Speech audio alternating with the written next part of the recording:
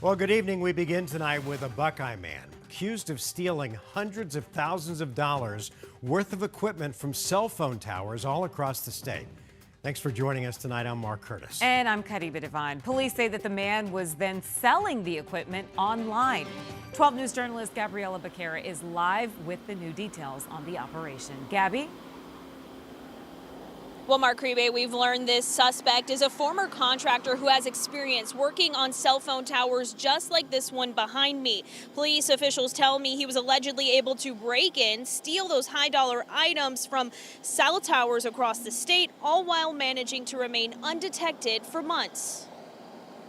A break-in at a Buckeye cell tower on June 10th prompted a statewide investigation, allegedly connecting a series of burglaries to 38-year-old Jeremiah Ramage. He appeared in court on a long list of felony and misdemeanor charges. So you were already out on what's called felony release in another case, so you're not eligible for bail today. Ramage is accused of stealing hundreds of thousands of dollars worth of equipment from T-Mobile cell towers across Arizona, specifically in Phoenix, Casa Grande, Tucson, Glendale, and Marana. They know how to get in and get in there quickly to locate certain items of interest. Ramage is reportedly a former contractor and had previously posted video showing the view from a cell phone tower on social media. According to court records obtained by 12 News, investigators installed a covert GPS tracker on Ramage's car, which placed him at the exact times and locations of 6 burglaries on July 14th, 15th, and 17th. They also linked an eBay account to Ramage's email that had sold over $30,000 of equipment, most of it matching stolen serial numbers. They did get a search warrant to search this man's Buckeye home, where they uncovered hundreds of items. And to give you an idea of the cost of these items, each one totaling $8,000 to $12,000, and then just the sheer volume of what they found, it's expected to be hundreds of thousands of dollars worth of stolen equipment. Ramage was arrested on July 17th during a traffic stop. Officers reportedly found equipment stolen from that day, along with a stolen handgun and drugs. It's unclear if these burglaries had an impact on customer service. Even if you just look past the sheer dollar amount of all of this stolen equipment, you have to look at the impact on the community. We rely so heavily on our cell phones to communicate with friends and loved ones, to reach out and ask for help. And so when that communication line is damaged, it's very serious. And police tell me this is still an active investigation because those burglaries span across the state. I asked them if more people could be involved, and they tell me at this time it appears to be a one-man operation. Reporting live, Gabriela Becerra, 12 News. All right, Gabby, thanks. We want to get to our weather impact forecast because, as many of you experienced tonight, some parts of the valley were covered in blowing dust. Traffic cameras spotted the dust north of Maricopa. Look how thick it is. I mean, visibility just terrible out there. It then made its way into the East Valley during the evening commute. Meteorologist Lindsay Riley is joining us now. And Lindsay, the dust is gone, but do we have some lingering storm chances? We do for the early morning hours tomorrow in the valley. Some folks could wake up to a couple raindrops. It doesn't appear to be widespread, so you're going to be one of the lucky ones if you happen to see some shower activity. But as we get into the afternoon, we will see drier conditions. Radar right now pretty quiet. You can see the satellite image as well. And the clouds have really filled back in. We're going to hang with these mostly cloudy skies through the overnight. Right now, a couple residual showers across far eastern Arizona. Here's the hour-by-hour overnight. So you can see in Phoenix, our chances for a couple showers in the valley peak at about 4 o'clock in the morning. So most of it will be over in time for the AM drive. Now, as far as amounts are concerned, as you can see here, some models are showing 0, and a lot of folks will see 0. But as much of about 1/10 of an inch of rain if you happen to get underneath some of these showers. You can see here this particular model painting it a little bit further north up toward Cave Creek and Glendale, but the majority of the valley will stay dry. Here's a look at our Tuesday. As you can see here, through about 8 o'clock in the morning, there's going to be a fair number of clouds. Temperatures in the 80s through about 10 to 11 a.m. and then highs staying in the double digits, but I am tracking warmer days coming up in the extended outlook. Ready, one, yeah. 2, 3.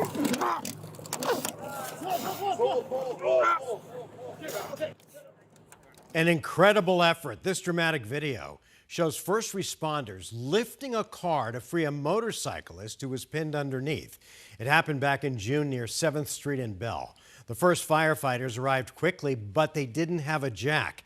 Instead, half a dozen firefighters and a Phoenix police officer lifted the car off the rider. We're told that he is still recovering tonight. Today, Maricopa County health officials confirmed the first West Nile virus death of the season. The Department of Public Health says that this was an older adult with underlying conditions. 17 cases of West Nile virus have been confirmed in Maricopa County this year. The mosquito-borne virus is normally spread from May to October. Doctors say that most people infected don't show symptoms. In fact, for 1 out of every 5 people, it will feel like having the flu. New tonight, Coconino County health officials confirmed a death earlier this month due to the pneumonic plague. 12 News journalist Chase Golightly is speaking to a woman who says she got the bubonic plague, a different kind of plague, also deadly, just the same as the first one. Chase joins us now in studio. And Chase, how's this woman doing? Well, Mark Rebe, she is recovering, doing a lot better. Doctor said she most likely had the plague due to her symptoms, not testing her because waiting for those results could have made matters much worse.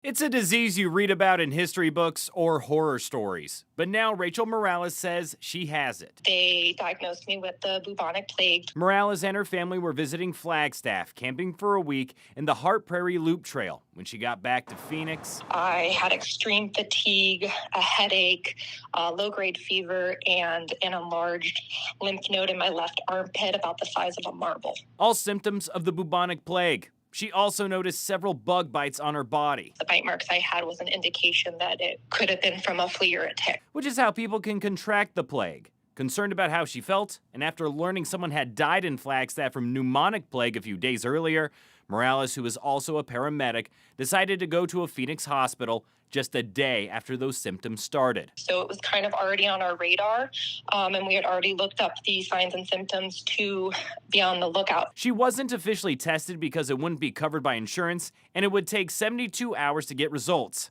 Time she may have not had. Based on her symptoms, doctors told her she most likely contracted the plague, prescribing 2 kinds of antibiotics and giving her this pamphlet. I was just thankful that I caught it early enough that it was easily treatable. Will Humble, the executive director for the Arizona Public Health Association, says getting treatment started as soon as possible for plague is a matter of life and death. If you don't get the antibiotics in time, it's fatal about 60% of the time. Since Morales was not tested, her case was not reported to county health officials. Most likely it was an infection for sure.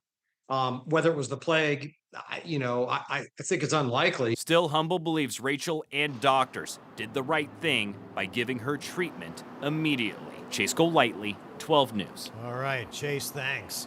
New at 10, the widow of a man killed while trying to help complete strangers is speaking out tonight after she says the 2 suspects in the case will soon be offered plea deals. Paul Clifford went missing after he stopped to help 3 people who appeared to be having car trouble on Christmas Eve. He was later found next to a burning car in a remote part of Pima County. Jack Upchurch, Elmer Smith, and 16-year-old Wendy Scott were charged with first-degree murder. Now the Clifford's family attorney has been told that Smith and Scott will be offered plea deals. This is horrific. We feel so betrayed. We're not the only ones that are going through this. And so if we can stand together and demand change, then it's for all of us. It's justice for so much more than just Paul. The family is going as far as calling for a recall of Pima County Attorney Laura Conover. In a statement today, Conover's office said it has an obligation to make its decisions based on all the facts and evidence. Surveillance video captures the moment that a group of people stole a dog from a Phoenix backyard. The people in this video here could be heard telling a neighbor that it was their dog. The homeowner tells us that they had just rescued the dog last month after he was found roaming the streets. They attempted to find the owner, but after several weeks with no response, the microchip company transferred the dog into the new family's name. Phoenix police are still investigating. Helping Arizona families with childcare. Today, Governor Hobbs announced the families of 900 children will have access to child care assistance.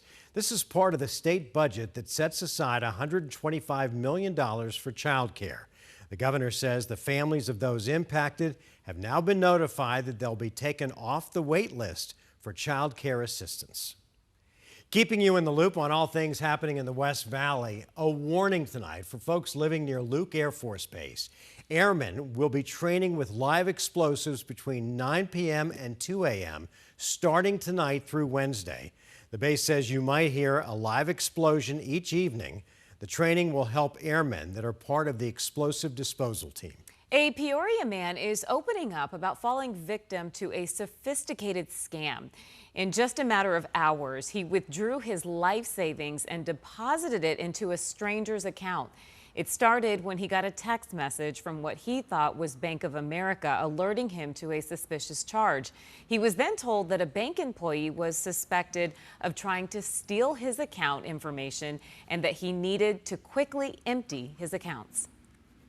What was going through your mind as you were making these transactions? I mean, were you nervous? Were you concerned? I was panicking. This is my life savings, and I don't have any assurances, but they sounded so real. The text looked like it came from Bank of America. They talked like they had all the answers. Well, thankfully, something didn't sit right with him, so he decided to call Peoria police. They managed to freeze the transaction, and after several months, he was able to get most of his money back.